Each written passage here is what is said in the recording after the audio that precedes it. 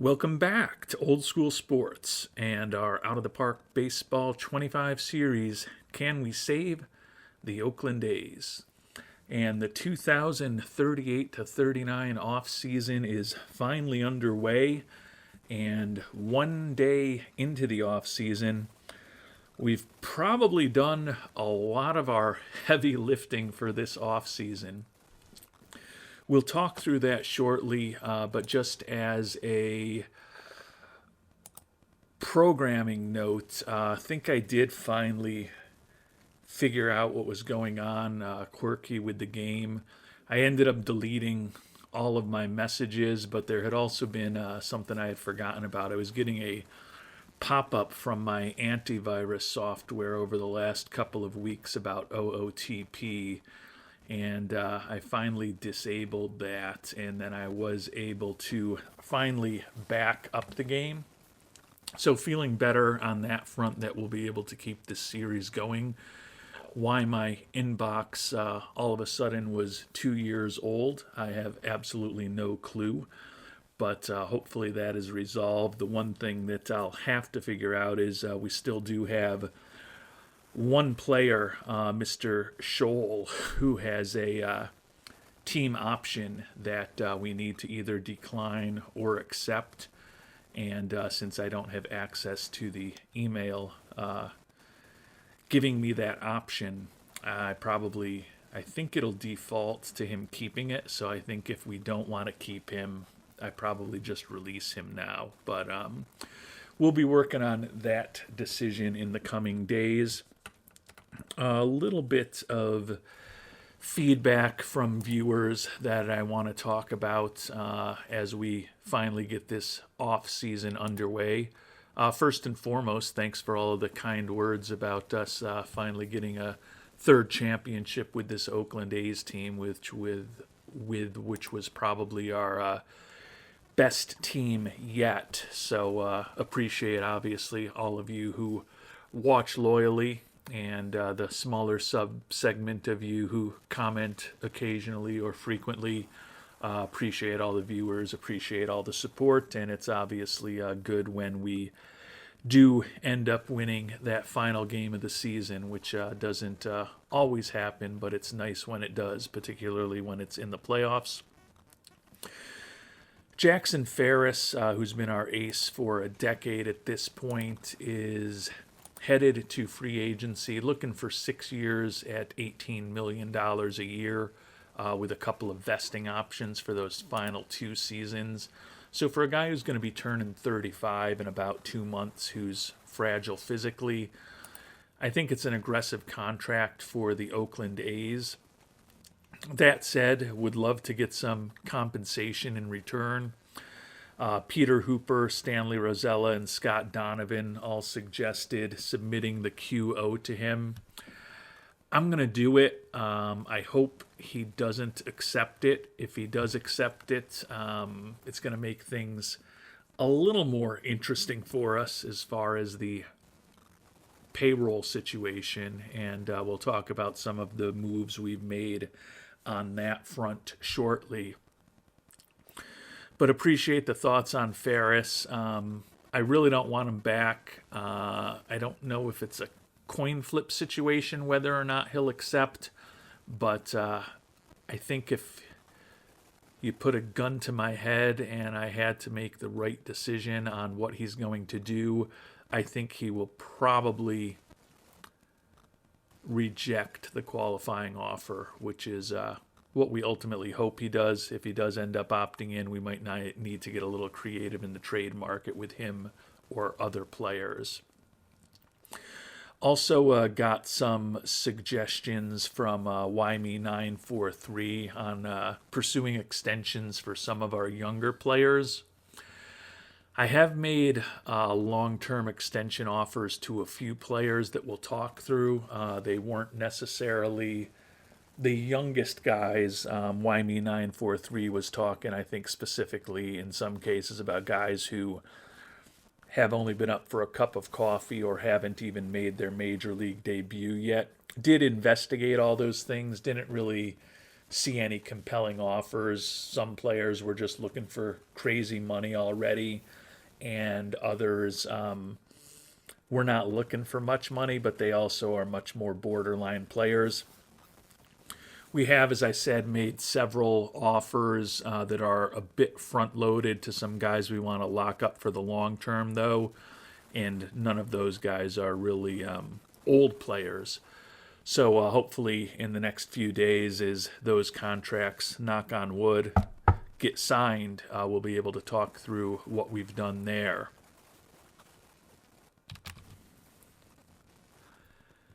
And last, but certainly not least, since it's the most significant activity that we have done over the past one day of game time, and at this point, several days of real life time, is investigate the trade market. And unfortunately, since we not too long ago cleaned out the inbox, as I said, we don't have those emails anymore to show what we've done, but we can still walk through the 2 trades that we've made to begin this offseason.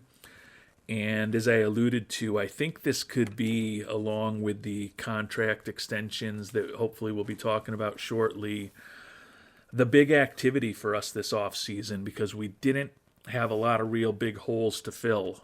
Felt like we wanted to fill a utility infielder spot or two. Felt like we wanted to fill a backup catcher. And then maybe we need an arm or two in the bullpen to bolster our strong pitching staff. But there really wasn't a lot to do. Talked through some of the prospects and better players in our organization in recent episodes that we might need to give up to be able to get Fish Patterson and his contract off the books. I noted that I was willing to sacrifice the outfielder Joe Harmon to get the deal done. And Avery Sham brought up a good point that we could also perhaps consider sacrificing the middle infielder, Mr. Crook, who did not really have a big part in my future, in my opinion. He's a guy who we've had kind of stuck in the lower minors. He's got a pretty interesting bat, but he's in his mid-20s, and I just don't love his defense.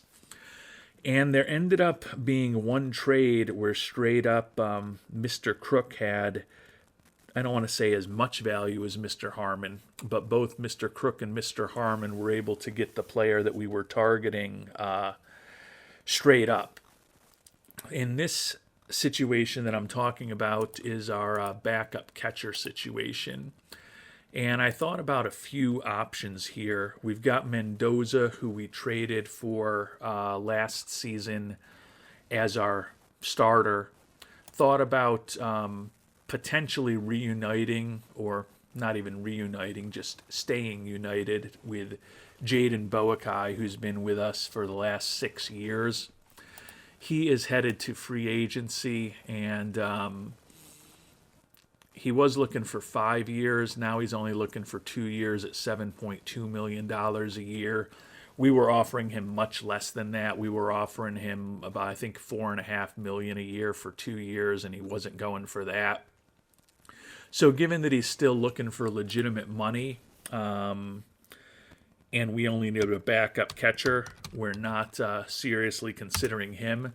We actually also investigated a reunion with Dave Ackley, who had been with us as our starter for 3 seasons, and then he was a backup for us this past year when we finally moved on from him and traded away.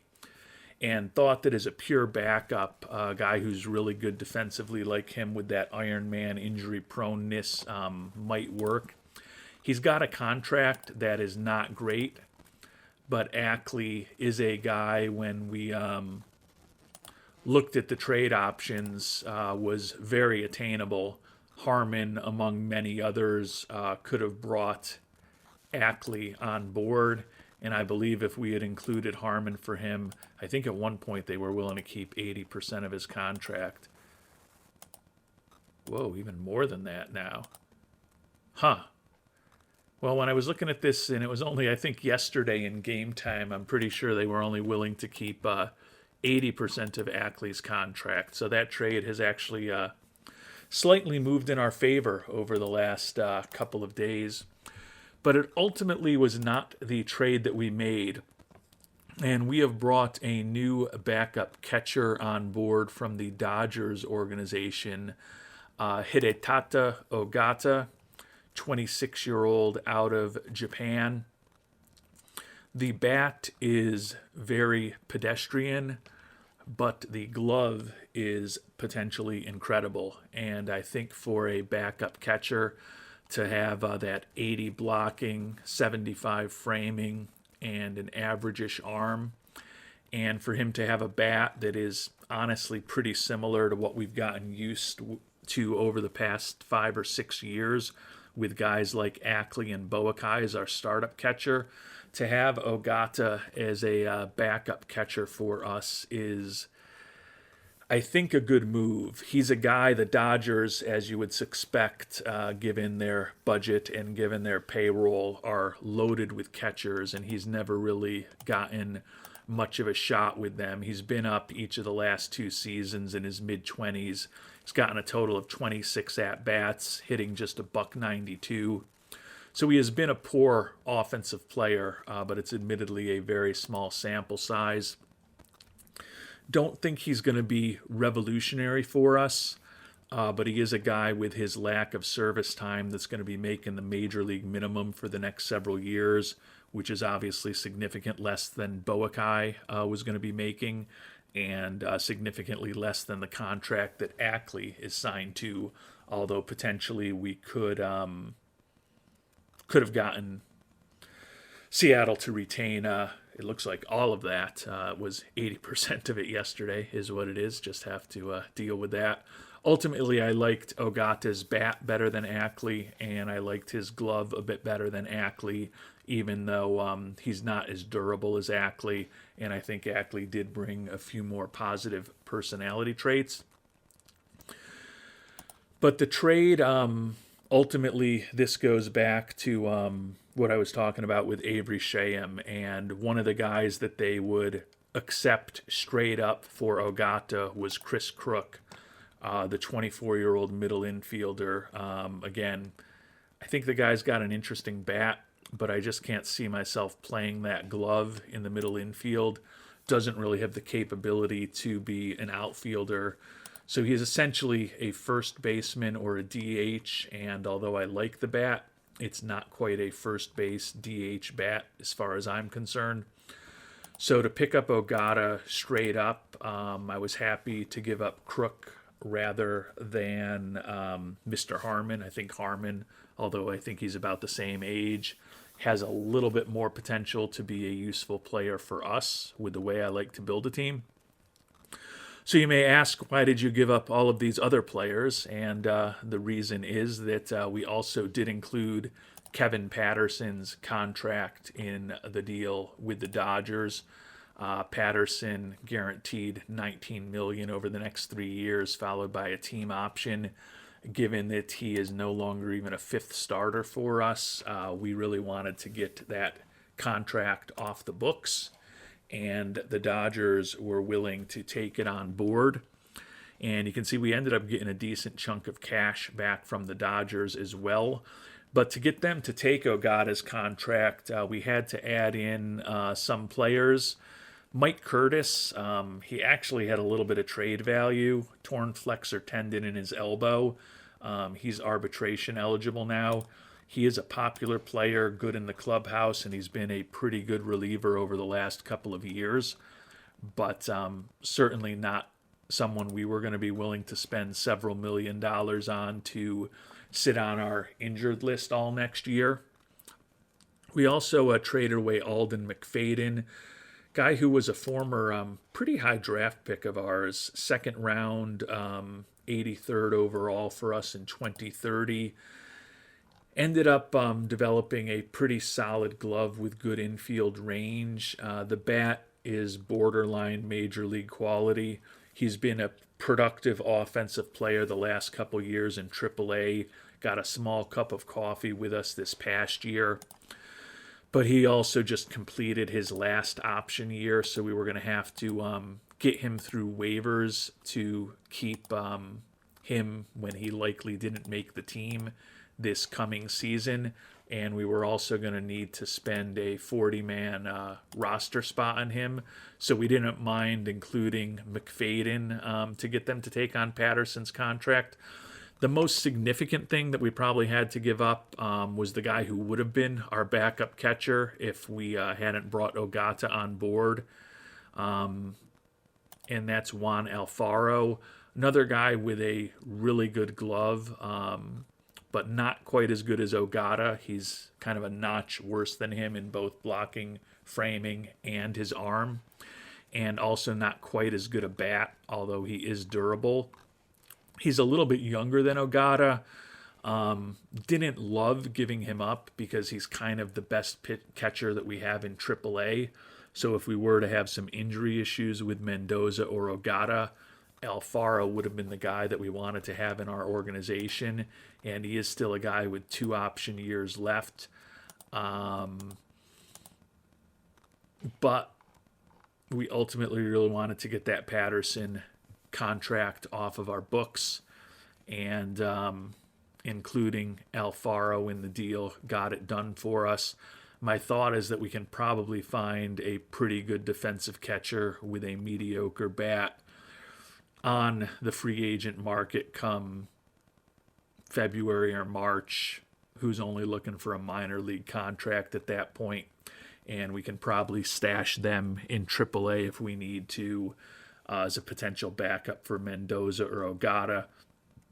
So since we liked Ogata a bit better than Alfaro in terms of his defense, and more than a little bit better than Alfaro in terms of his offense, even though he's not a great offensive player, figured it made sense to include Alfaro along with McFadden and Curtis to get Patterson's contract off the books. So could have been just a 1-for-1 deal, crook for Ogata, but the Dodgers, a big market team with lots of money, were willing to take Patterson when we included the other 3 guys with him, and that freed up some money for us to hopefully make some of the contract extension offers that we'll be talking about in the coming days of this episode.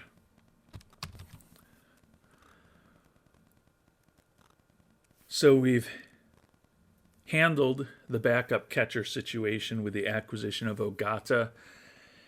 And not the only trade that we made, as I alluded to, there is another trade. This one was probably more costly in my mind. I was willing to do a lot to get Patterson off the books. Some of you might not like that, but the money that we were going to be spending on a guy who's a pretty mediocre right-handed bullpen arm in his 30s was just not something that I felt could be justified. And I don't feel like we gave up anyone that was a true difference maker to get the Dodgers to take that contract. This one, I mentioned that our longtime ace, Jackson Ferris, the left-handed pitcher, is headed to free agency. Although we've given him a QO, we're hoping he doesn't accept it. And another lefty, longtime member of our staff, R.J. Cope, is finally eligible at the age of 31 to become a free agent, and we're unlikely to bring him back. So I felt like we were a little short of left-handed pitching. We've got the youngster Mike Blumenshine penciled into the rotation to take over as our lone lefty from Ferris. We'll have Bobby Garland back in the bullpen, and then our young closer, Mr. Huntley. But only 3 left-handed pitchers on the potential 26-man roster at this point, assuming that both Cope and Ferris move on. So that made us go look for some left-handed pitchers, and we ended up making a deal for Kevin Carmichael, who I think is going to be a pretty interesting arm out of our pen. Stuff above average and potentially excellent if he continues to improve. Movement and control both could be a little above average. He's got a 3 to 4 pitch arsenal, and he's actually been used as a starter 27 games last year in Toronto. I envision him more as another left-handed arm out of our pen. His stamina is not exceptional, but he was 10-8 in 27 starts, 36 games totaled, with a 2.56 ERA and almost 11 strikeouts per 9 innings. So he has been a very effective pitcher over the first season plus that he's spent in the majors. And when it became apparent that we could bring Mr. Carmichael on board to bolster our bullpen, and with his skill set, potentially be a spot starter for us or a starter if we have some significant injury issues. The opportunity to bring him on board was pretty compelling to me. Now, we gave up interesting talent to bring him on board. Least interesting is probably Steve Allison. He has been our utility infielder for the last 4-ish seasons. Really love Allison in the clubhouse. Really love his glove. Love his defensive versatility. The bat has never really been great with a 90 WRC plus, but he's still been a very valuable utility infielder for us. He was set to start making more than the minimum, 1.8 million-ish this next year. And as we talked about a couple of episodes ago, felt like we kind of had an excess of potential backup middle infielders, so we were willing to give up Mr. Allison. The other guy that was somewhat easier for us to give up was John Gordon. This is a guy who's been in our organization for a few years. He ended up getting picked up off of the Rule 5 draft by Cincinnati last year, but they ended up sending him back to us late in the year. 24 years old, wasn't a huge part of our future with this profile. Don't love that we think his control is going to be below average, but he is a guy who's 24 years old with good stuff that throws in the mid to high 90s. But that 7.19 ERA he put up with Cincinnati this year, allowing a sickly 18 home runs in just 51 and a third innings, made me willing to include him when he helped get the deal done. Arturo Garza, I worry we might be weakening our future infield a little bit much with some of the guys that we're giving up in these trades. Another very versatile player who's good defensively, and we think his contact could be a little above average with average home run power, switch hitter. It's been very productive spending the last season and a half in Double-A ball for our organization. But at 24 years old, realistically isn't a huge part of our future. Probably the most valuable guy that we gave up is the left fielder Greg Moreno, though. This is a guy that we picked in the 3rd round of the 2034 draft. We're very excited when he fell to us in that draft. Pretty good speed, and we think the guy could have a pretty interesting bat. Last year, he was an above-average offensive player in high A ball, not particularly impressive in Double-A, but still think he could be certainly an interesting major league bat if he reaches his full potential. Don't love the glove. He's a more competent corner outfielder than he is an infielder. But with the speed, the decent bat, he is a solid prospect, but ultimately felt like bringing Carmichael on board, we got the best player in this transaction, even though Allison is a very good utility infielder.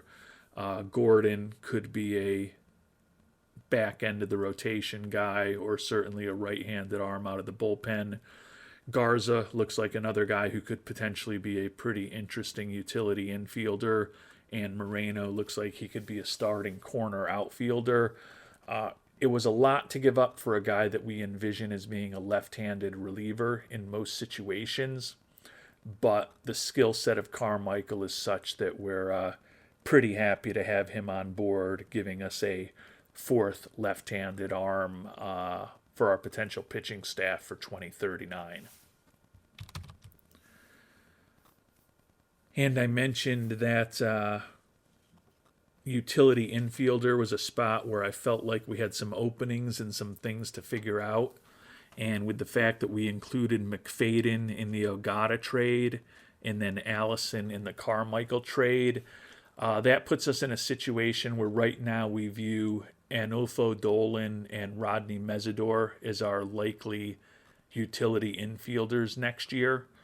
We've kind of gotten rid of some of the competition at the higher levels of our organization, and with the expectation that Bowers will be at first, Alcindor at second, Landin at third, and Toribio at short, with Dolan and Mesidor both penciled in to be utility infielders for us next year after they started this past season platooning with one another at third base. Think that we are in a pretty good situation in terms of our infield, and that made it more palatable for us to trade away both Allison and McFadden, since we felt like we still had plenty of depth at the major league level in our infield. And I mentioned that we've still got a decision to make on Jeremy Scholl, who at one point, Scholl is an all-star and the Mariano Rivera Award winner in 2034. And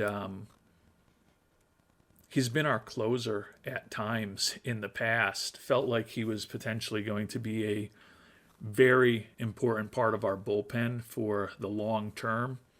And he has been part of our bullpen for 7 years at this point. But we signed him to an extension several years ago. As I mentioned, heading into the team option years at $4 million a season. Given the bug that we've had in the game with our news feed, we unfortunately don't have the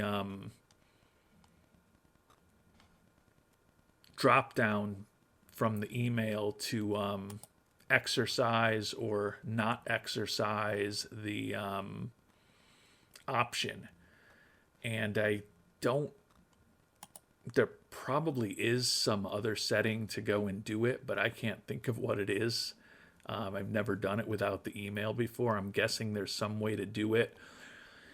We have shopped Scholl, and as you'll see here, he has pretty crappy trade value. Can basically get a couple of guys in their 30s making the major league minimum, or a overpaid reliever in his mid 30s in return for him. So there's not a ton of value for Scholl with that potential $4 million number next year.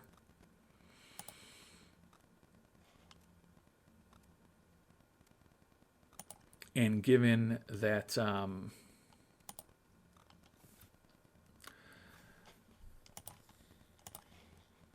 we're going to have to spend $400,000 on a buyout if we just release him, I think it probably just makes sense to dump him for Jim Riley to get him off our books. Especially with the addition of Carmichael at this point, if everyone's healthy, we really only have kind of one open spot in our bullpen, one open spot total on our pitching staff. And I think there's more interesting guys than Scholl at $4 million to use that on. So we're going to see if maybe they'll throw in a little bit of money with them too. Always like taking these big market teams for a little bit of cash if we can. Ooh, and it looks like we'll be able to get some cash from the Angels. And it looks like we can ultimately get about $2.75 million in addition to Riley for trading them Scholl. So given that we just want to get that contract off the books and not have to spend the $400,000 in the buyout, we'll trade him to a team in our division and take a little more money from them. So that'll clear another spot on our 40-man roster. And it also gives us more money available next year with getting that off the books and also getting a little bit of cash in return. So those are kind of the key moves that we've made here over the first 24 hours of this new offseason. With getting Patterson off the books and now Scholl off the books and also getting back not huge money, but decent money in those trades, we opened up enough money that we could make some somewhat front-loaded contract offers to the three guys whose offers that we made. I'll been talking about this and alluding to it at this point, but we've got offers out to the young pitcher Mike Blumenshine, and then we've got a number of arbitration eligible offers out as well. Got an offer out to the reliever Daniel Blanco, who's been a really good arm in our bullpen for the past season plus. And then we've also got an extension offer out. This is the one guy who's a little bit older, Mike Orozco, who was our stopper this past year. He's a reliever, and you can see we're going to be potentially averaging almost $8 million a year for him. Not the type of money I typically like to spend on a reliever with these Oakland A's, but he was incredibly valuable as our stopper last year.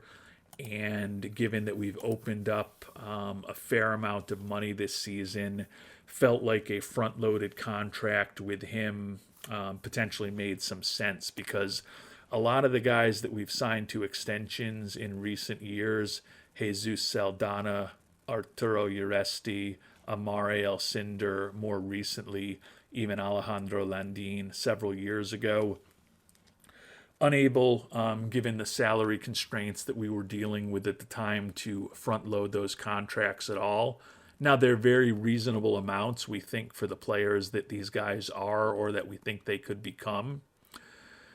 But they're still contracts that are going to be getting more expensive over time. So having a couple of more front-loaded contracts in the hopper, hopefully over the next several years, to balance some of those contracts that are going to be going out, hopefully will help us continue to be able to keep these A's as competitive as possible and retain as much of our homegrown talent as possible, despite the fact that we're still sitting here with the 29th lowest budget in baseball, and we're still rotting away with minimal fan loyalty, despite 3 world championships, 8 playoff appearances, and 9 winning records in the last 10 seasons.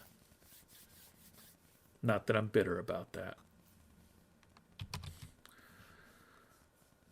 So with that, we're going to start moving forward. Think we definitely have some potential award winners this year. Certainly think we'll have some guys fighting for Gold Gloves, Silver Sluggers. Roscoe, who we were just talking about, should be a very strong Mariano Rivera Award contender. And we think it's possible that Jake Ortega will end up winning his second MVP award when we get to that point.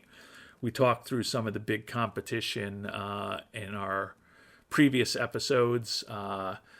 I don't think it's a guarantee that he's going to get it, simply because he led the American League in WAR, as there's a player who led the league in homers and ribbies who is one of his top contenders for the award, and that's Galterio Mancina of the Royals. Led the league in Mancina's the other guy. Mancina led the league in hits, batting average, on-base percentage, slugging, OPS, and WRC+. For a playoff team in Kansas City. Juan Molina of Texas, another playoff team, is the guy who led the league in homers and ribbies. And those two guys finished second and third in the league in batter WAR behind Ortega. The only categories he led the league in were stolen bases and WAR. So I don't think there's a guarantee that Ortega wins his second MVP this year, but it's certainly conceivable, and we should be finding out in the not-too-distant future. And we've started to get some of our players signed, signing a lot of guys to minor league contracts. Bobby Garland in arbitration, Kamani O'Banner in arbitration, Jorge Mendoza in arbitration, and Othel Dolan in arbitration, Rodney Mesidor in arbitration, Doug Weiss in arbitration, and Mike Alanis in arbitration as well. The fans are excited that we'll have Doug Weiss back for another year. Fans are excited that the excellent catcher, Mr. Mendoza, will be back for another year. And then of those longer-term, more permanent contracts that we have offered, Mike Orozco has inked his. Mentioned that the average of $8 million a year is more than I would like to be spending on a guy who is a bullpen arm. But it is a bullpen arm that we got 134 and 2/3 innings out of last year, and he may be winning, as we talked about, a Mariano Rivera Award in the not-too-distant future. And since we put ourselves in a position where we had a lot of cash to spend this upcoming year, it is a front-loaded contract, $11 million this year, $9 million the year after that, $7 million the year after that, and then team options for $6 million a year in the final 2 seasons. So hopefully it'll end up being a good contract for us. And again, with all 3 of these contracts, we're talking about this one. Hopefully we'll be talking about the other 2 if they get accepted in the coming days. Front-loaded them somewhat this year since we've got money to spend this year. Clearly, if Jackson Ferris ends up accepting that QO, it's going to put us into a little bit of a trickier situation with the finances for this upcoming season, with almost $19 million on the books for Ferris. Part of the reason why we're hoping he won't do it, but if he does accept the QO, we'll deal with the ramifications, and it'll give us something else to think about this offseason, and might make us regret these front-loaded contracts a bit. But right now, we're pretty excited to have Mr. Orozco back for the next several seasons. And another couple contracts signed, Juan Ramos in what will likely be his final year with our team, final arbitration eligible year signed. And then Daniel Blanco ended up signing that extension. The fans also excited about that. I haven't checked in on fan interest. Guessing we should be, we're 98. I was hoping we would get up to 100. We were 96, and we've got a couple points of boost from those last 2 extensions we signed, as well as some of the other ones that we talked about a few moments ago. So good to see some continued progress and fan interest. Blanco, as I mentioned, also a front-loaded contract. He is another guy who is purely a right-handed reliever, but he's been so good for us over the first year plus of his career. And he was one of the few guys that, to the point that YME 943 is brought up, that we felt like made sense to try to sign for a longer term with the contract he was looking for. Ended up 7 years, $35 million, but this one is very heavily front-loaded. Again, we're taking advantage of the fact that we've got a lot of money to spend next year. He is going to be way overpaid compared to the minimum salary he would have been making this year. Going to be making $9.5 million, $7.5 million the next couple years. Those were kind of the numbers that he was looking for in his free agent years at the end of this contract. But then you can see 5, 4, 3, and then when he gets into his team option years in his 30s, $3 million a year for potentially the 6th and 7th years of this deal. So again, I think these front-loaded contracts will help us hopefully to some extent maintain a little better balance in being able to retain as many of the young players in our organization as possible. And still the most lucrative of these 3 contracts is the one that we've offered Mr. Blumenshine, the college pitcher that we picked out of Brown a few years ago. Hopefully we'll be getting him locked up in the coming days as well.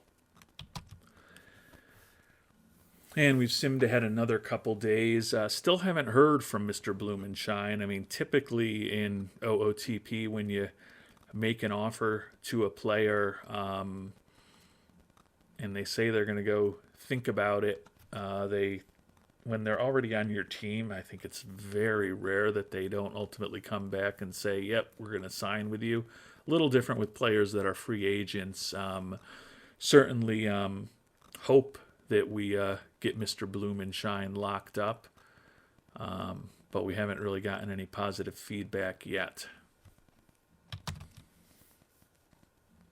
And we did end up having one Gold Glove Award winner, Jackson Ferris, in what may be his final year in Oakland. He's the only guy who was a member of all three of our World Series championship teams.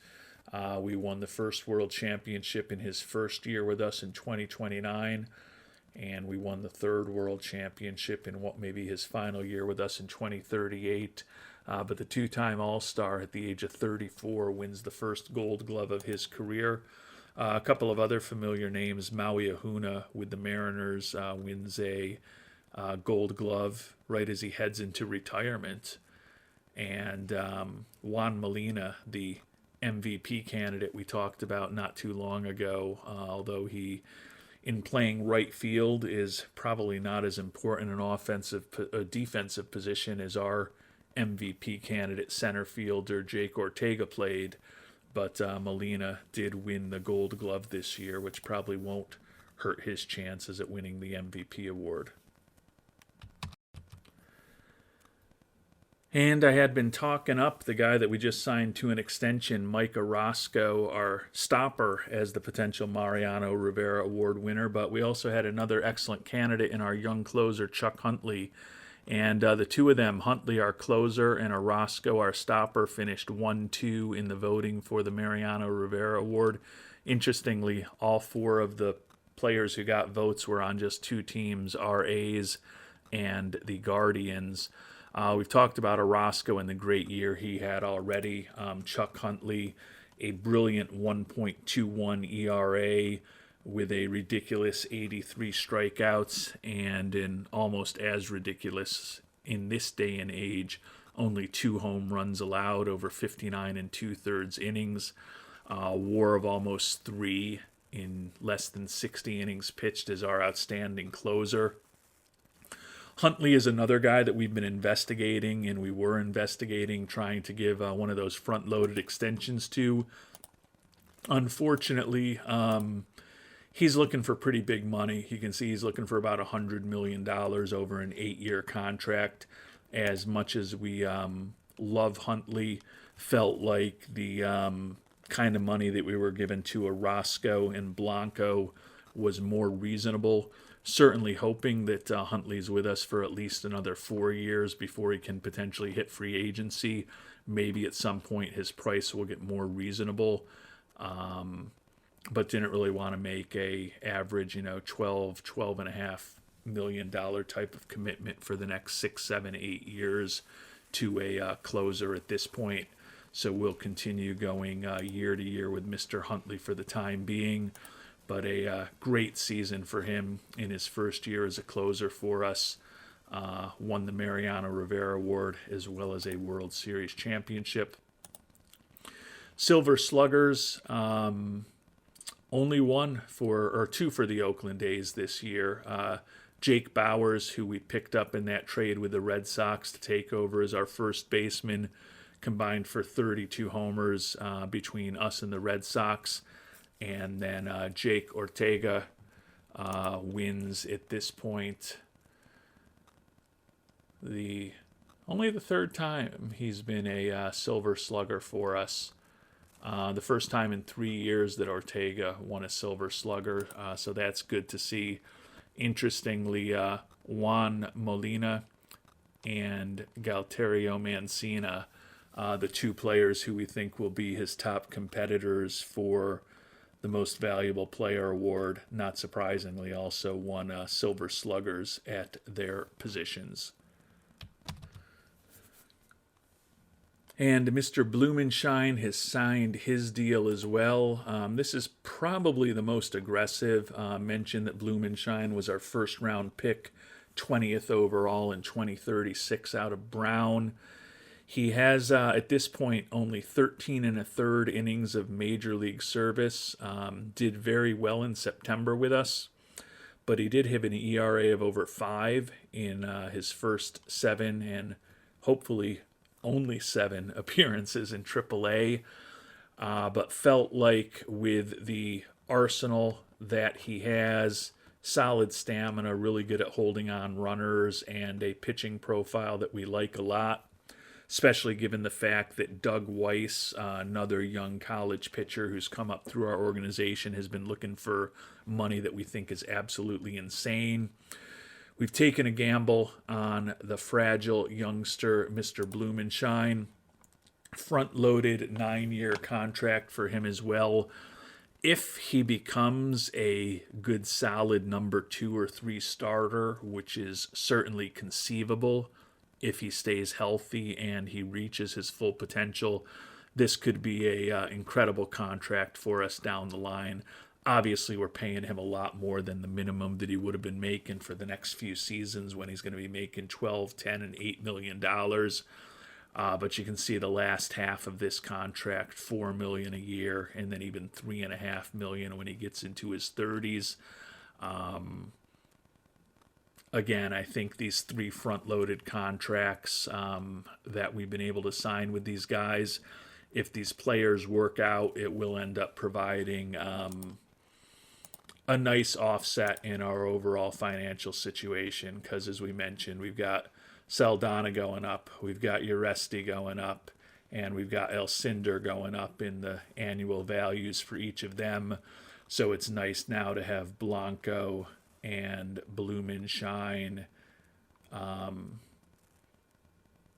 then to a lesser extent Roscoe, since he's not signed quite as long as the younger guys, with contracts where they're going to be making a little bit less going forward. We're never going to be able to keep everybody that we want with a budget that's second to last in all of baseball.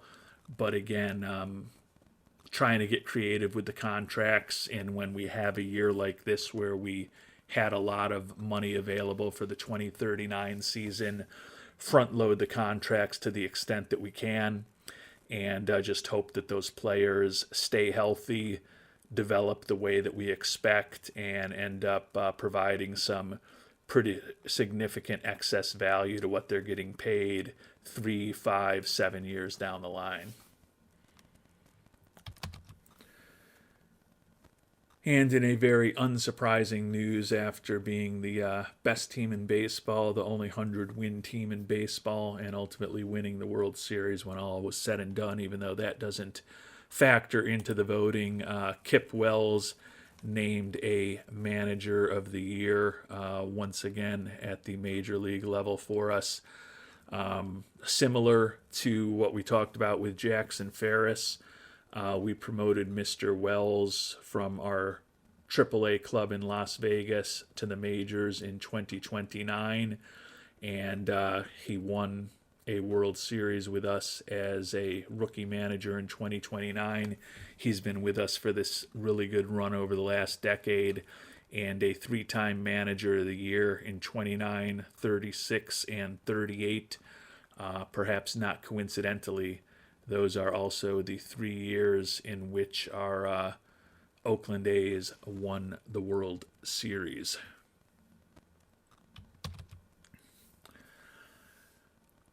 And some very familiar names this season among the big award winners. Your Cy Young Award winner in the American League this year, Steve Genis from the Texas Rangers. Unanimous winner this year. If you recognize that name, it's because the 28-year-old has now won 5 consecutive American League Cy Young Award wins. 15-12 record this year, the worst by far of his 5-year run, but still led the league in innings pitched, strikeouts, whip, strikeout to walk ratio, FIP minus, and put up a ridiculous 9 WAR as a pitcher. Even though the 15-12 record was by far the worst that he's had in this 5-year Cy Young run, he's led the league in wins each of the first 4 seasons. The 9 WAR that he put up this season was the highest in his brilliant career. Chase Dora, our starting pitcher, who led the American League with a 2.61 ERA and tied for the league lead with 18 wins, finished second in the voting. And our buddy Jesus Saldana, the youngster who led the league as a rookie with a 1.95 ERA last year, led the league with 34 games started this year, 16-7 with a 3.38 ERA. And Saldana also got some Cy Young Award votes for us. Over in the National League, Jared Lovelady is your unanimous Cy Young Award winner. Lovelady, who we faced off against in the World Series, led the National League in games started, innings pitched, and WAR at 8.5. The left-hander with a brilliant 15-9 season with a 2.59 ERA and 269 strikeouts for the Padres. Our old friend, Mr. Andres Rojas, who I believe is headed to free agency unless the Marlins have signed him to an extension. Doesn't look like they had. 19-9 record. He got some Cy Young votes as well. And he is a one-time Cy Young Award winner back in 2031. Mike Ramsey from the Braves, who at this point is a 3-time Cy Young Award winner, and he had won the past 3 National League Cy Young Awards, finally didn't win the award this year. His 15-12 record, actually identical to what Genus had to win the AL Cy Young Award. Led the league in strikeouts for a 3rd straight year, strikeouts per 9, strikeout to walk ratio, FIP minus, 8.4 WAR, so a brilliant season for Ramsey. But he ends up finishing 5th in the Cy Young Award voting this year. Don't feel too bad for him, though, because although Ramsey did not win the Cy Young Award, he did win another National League Most Valuable Player Award. So the 27-year-old, who is well on his way to becoming the greatest overall player in baseball history, now has 3 Cy Young Awards and 4 Most Valuable Player Awards at the age of 27. Led the National League with 43 homers and 138 ribbies, in addition to his brilliant 15-12 season leading the league in strikeouts. Batted .290 and added another 7.2 WAR as a position player. Ramsey, at this point, still has his streak of 4 consecutive Most Valuable Player Awards still going, even though only 3 Cy Young Awards for him now, and that streak is over. And in the American League, our buddy Jake Ortega did end up splitting the first place votes with the guys we expected, Juan Molina and Galterio Mancina. But when all was said and done, Ortega is now a 2-time Most Valuable Player award winner in the American League.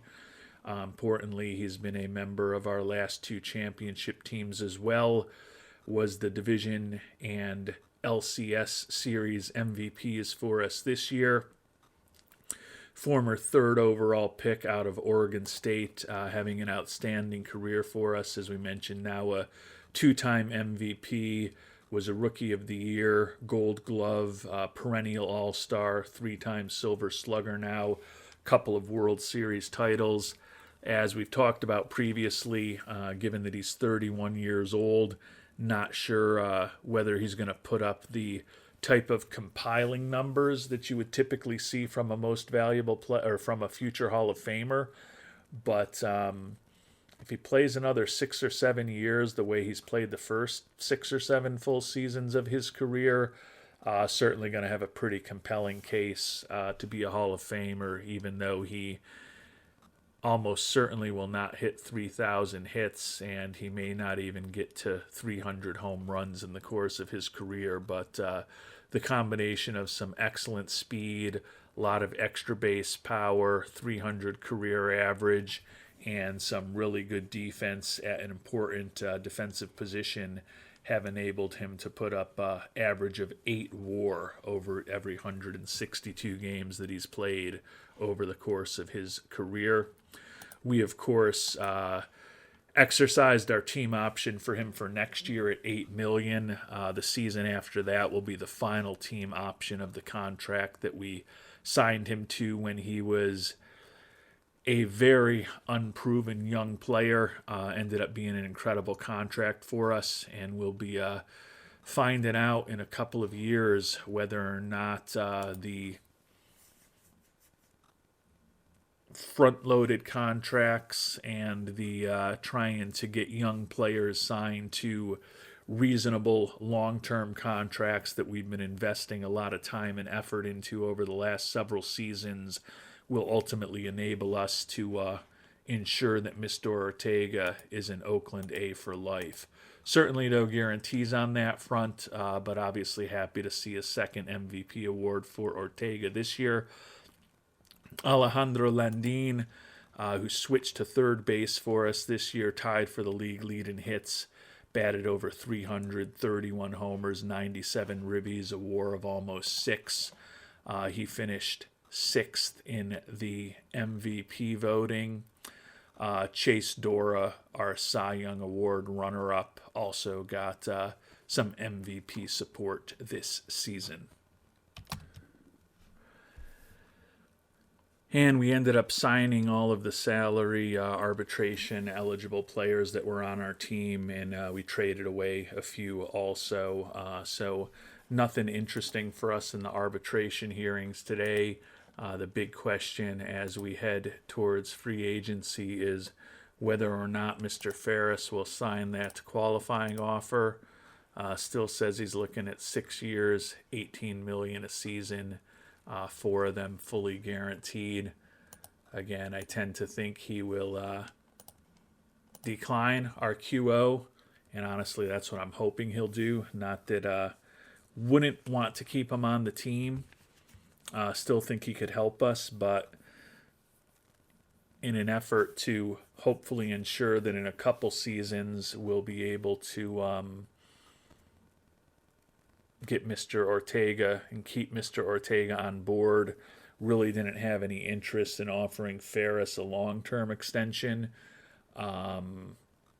Obviously, if he opts into the QO this year, that's not going to interfere with what we have available to pay Ferris in a couple of years, or pay Ortega in a couple of years. But with Saldana, Dora, Weiss, Blumenshine, and perhaps the other youngster Baumler in the rotation next year, feel like it might be time to go with the youth movement. So won't be the end of the world if he opts in, although it is certainly going to make our money a lot tighter, at least temporarily. But I think our hope right now is that he will decline the option. And he did file for free agency. He declined the QO. So Ferris is headed to free agency. Hopefully he'll get a big 9-figure deal, and will ultimately end up getting a compensatory first-round pick for his departure. And we've made it to free agency. Before we finish up the episode, we'll take a look at the top international free agents and then also the top free agents here in the Major League Baseball in the United States.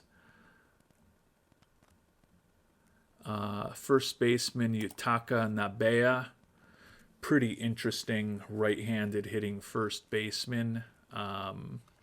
Says he's looking for $17.2 million a year, so certainly not a path that we're going to go down unless the price gets to be a lot more reasonable. Doesn't really look like any of the other international free agents this year really jump off the page. Juan Molina, the excellent outfielder from Texas that we've talked a lot about this episode. Our former first baseman, Andy Brailovsky, who we traded away as part of that Bowers deal this past season. The veteran Michael Harris II, and the brilliant knuckleballer Andres Rojas are among your top free agents who are going to be on the market this year. Taking a look at the front office, we still have decent money available to spend after the departures that we've had and the trades and Ferris not accepting the QO. Don't really have a ton of holes to fill. Feel, as I mentioned, that the acquisition of Ogata, the catcher, and Carmichael, the lefty reliever, could be the most significant things we do in terms of improving a strong roster this offseason. But we will keep an eye, of course, on who's actually available in free agency. The top pitchers, not surprisingly, include Rojas, Mike Bouvier, Juan Padilla, Alan Hunsaker, supposedly only looking for $1.8 million. Veteran closer with a captain personality. Had a solid year for Houston last year. His stuff isn't incredible, but still has above average movement and control. You know, I mentioned that we ended up moving on from Jeremy Scholl because he was set to make $4 million if we exercised the team option. Seeing a guy like Hunsaker on the market, he's also extremely popular too. Our last scouting report from him was when the playoffs had already begun. And with his popularity, the captain personality, although I don't think that'll click in for us if he's not in the closer role, which I wouldn't anticipate that he would be, given that we've got the reigning Mariano Rivera Award winner as our closer in Huntley, but still brings a lot of positive things to the clubhouse. 1 year, $1.8 million deal. I don't like promising people roles that I'm not going to give them. I don't know if $2 million will be enough. I mean, we've got enough money that I don't really even need to care as much about what we're paying for a 1 year deal. With guys like this in the past, I've found that oftentimes trying to get them in those option years and make it a 3-year deal with options in the second and third seasons really turns them off, especially if you're not offering them the role that they want. But I'd love to add him on a 1 year deal, $2.25 million. He's willing to think about it. Normally, I'm a little more circumspect and patient at the start of free agency because we typically don't have tons of money to spend. But what Hunsaker is looking for a good right-handed arm in the bullpen, great personality in the clubhouse, is quite an interesting deal to think about. Find out what our buddy Mr. Ferris is looking for. And he does still say $18 million a year when we talk to him on the open market. 5 years, $18 million. So his demands have already come down a bit. Again, I don't think he's a serious contender for us. Fortunately, his popularity isn't off the charts. So even though he's been a outstanding player for us over the last decade, probably not going to take a huge hit to fan interest. I might not even take any hit to fan interest if and when he does move on. Position players, certainly some interesting guys out there. The shortstop, Steve DeVries, second baseman, Ethan Holliday, right fielder, Juan Molina, the veteran, Adael Amador, our old buddy, Brailovsky, all of those guys looking for pretty good money. Michael Harris, the second I mentioned, Brooks Lee, former guy on our team. So some familiar names and some good names out there, just not necessarily thinking that we're going to be huge players in free agency this year. But Hunsaker at that kind of money is definitely a guy that I wouldn't mind adding into the mix in our bullpen. And as I mentioned, he also does have a great influence in the clubhouse, and he also might give us that boost to finally get fan interest up to 100 or perhaps even beyond. So as we finish up the episode, would love to know what you think of the decisions that we've made thus far. If you've got any thoughts on what we should be thinking about as the offseason continues, that's probably even more useful for me to hear at this point, since that is still something that I can contemplate and consider and perhaps act upon, rather than just getting a thumbs up or a thumbs down on the decisions that have already been made. Until our next episode, thanks so much for watching, and hope you have a great day.